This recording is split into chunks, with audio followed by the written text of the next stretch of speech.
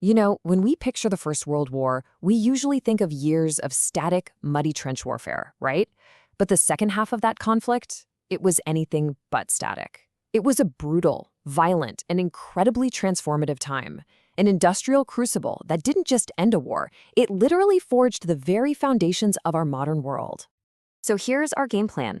First, we'll dive into the pure industrial horror of the battlefield.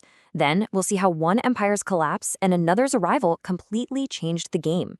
After that, we're taking the war 3D, into the sky and sea.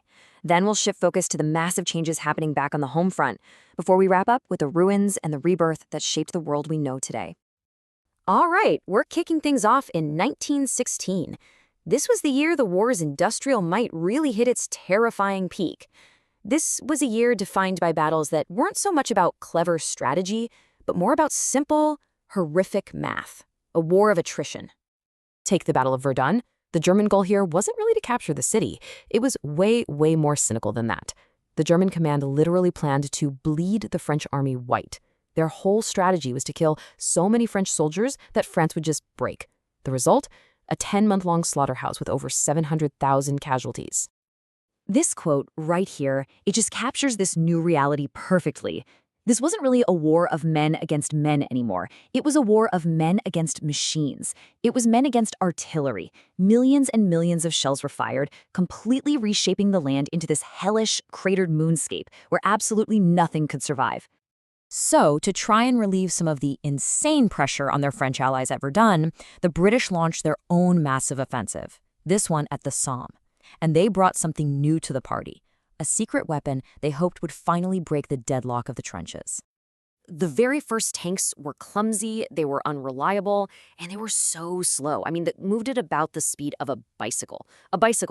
But for the German soldiers who saw these steel monsters crawling out of the smoke, crushing barbed wire, and just shrugging off machine gun fire, the psychological terror was absolutely immense.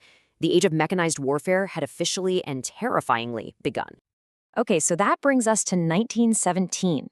This is the year the war really hits a breaking point. All sides are exhausted, and the actions of two huge powers, one that's falling apart and one that's just getting into the fight, are about to decide the whole thing. On the Eastern Front, Russia was just shattering. Their industry couldn't keep up. The situation was tragic. We're talking reports of one rifle for every 3 soldiers. Men were literally being ordered to charge German machine guns armed with nothing but bayonets tied to sticks. This kind of senseless slaughter fueled total chaos back home, which led directly to the Russian Revolution and the country pulling out of the war. Meanwhile, all the way across the Atlantic, the United States had stayed officially neutral. And let me tell you, it was a very profitable neutrality. American banks and industries were making an absolute fortune selling supplies and lending huge sums of money, mostly to the Allies. I mean, this chart tells you everything you need to know. The US had a massive financial stake in the Allies winning. If Britain and France lost the war, all those enormous debts, they'd probably never get paid back. The money would just vanish. So American neutrality was never really impartial, was it? So with Russia out of the picture, Germany makes a final desperate gamble. They unleash their U-boats, their submarines, to sink any ship heading to Britain. And that included neutral American ships. Well, that was the final straw. It gave America the public reason it needed to jump in, bringing over 1 million fresh, well-equipped troops to tip the balance for good. As the stalemate just dragged on and on across this 2-dimensional line of trenches, the battlefield itself started to expand. Human ingenuity, driven by total desperation, pushed combat into 2 completely new dimensions, the sky above and the sea below. It's wild how fast air combat evolved. At first, it was almost comical. Enemy pilots would literally just shake their fists at each other as they flew by.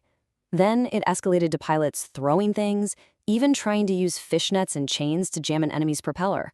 And then, in a remarkably short time, they mounted machine guns, and the deadly dogfight was born. This new kind of warfare created a whole new kind of hero, the fighter ace. And the most famous of them all was Germany's Manfred von Richthofen, better known as the Red Baron. He was credited with an incredible 80 aerial victories, and he'd paint his plane bright red just to announce to everyone that he was in the sky. But here's the amazing part. After he was finally shot down, his enemies, the British Royal Air Force, did something incredible. In a gesture that just seems almost impossible in such a brutal war, they flew over his funeral and dropped a wreath to honor him.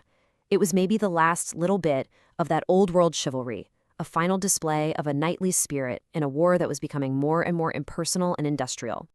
Now, that industrial reality wasn't just on the battlefield. The demands of total war were causing these deep, permanent changes back home. Society itself was being completely reforged in the fires of this conflict.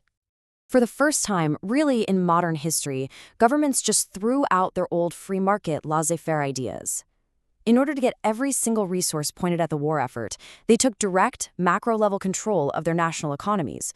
They set prices, they rationed goods, they told factories what to build. This was a radical shift that really set the stage for modern economic policy. But maybe the biggest social shift of all happened in the workforce. With an entire generation of men sent to the front lines, this massive labor vacuum opened up, and to fill it, millions of women stepped out of the home and onto the factory floor. And these women took on incredibly dangerous, physically demanding jobs. They built everything from rifles to massive artillery shells that were taller than they were. In fact, there was a popular rumor going around that a lot of shells at the Somme didn't explode because the inexperienced female workers had forgotten to install the fuses. Now, whether that's true or not, it shows you how critical their role was. And through this work, they found a new sense of economic independence and self-worth. So after years of proving they could do the job, earning their own paychecks, and contributing directly to their nation's survival, when the war ended, they refused to simply go back to the way things were. No way. Their wartime experience became the fuel for the fight for suffrage and equal rights. The modern women's movement was literally born in the smoke of the factory. Finally, in November 1918, the guns fell silent. But the world that came out of the rubble was unrecognizable. The war had killed an entire era, but it had also, at a staggering cost, signaled the dawn of a new one.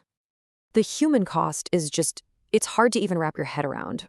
Over 4 years of fighting, something like 8 million soldiers were killed, and another 10 million were permanently disabled.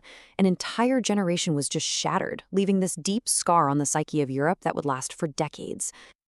The political cost was just as huge. The war brought down 4 of the world's great empires: the German, the Austro-Hungarian, the Russian, and the Ottoman empires.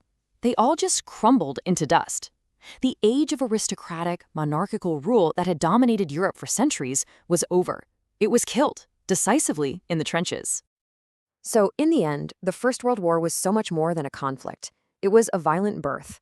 It was a deeply unjust war, but in a way, it accidentally blew the old world to pieces and created the one we have now. A world defined by mechanized warfare, government-managed economies, sovereign nations, and the rising power of women. The world we live in today. So the question is, when you look around, can you still see the reflection of those trenches?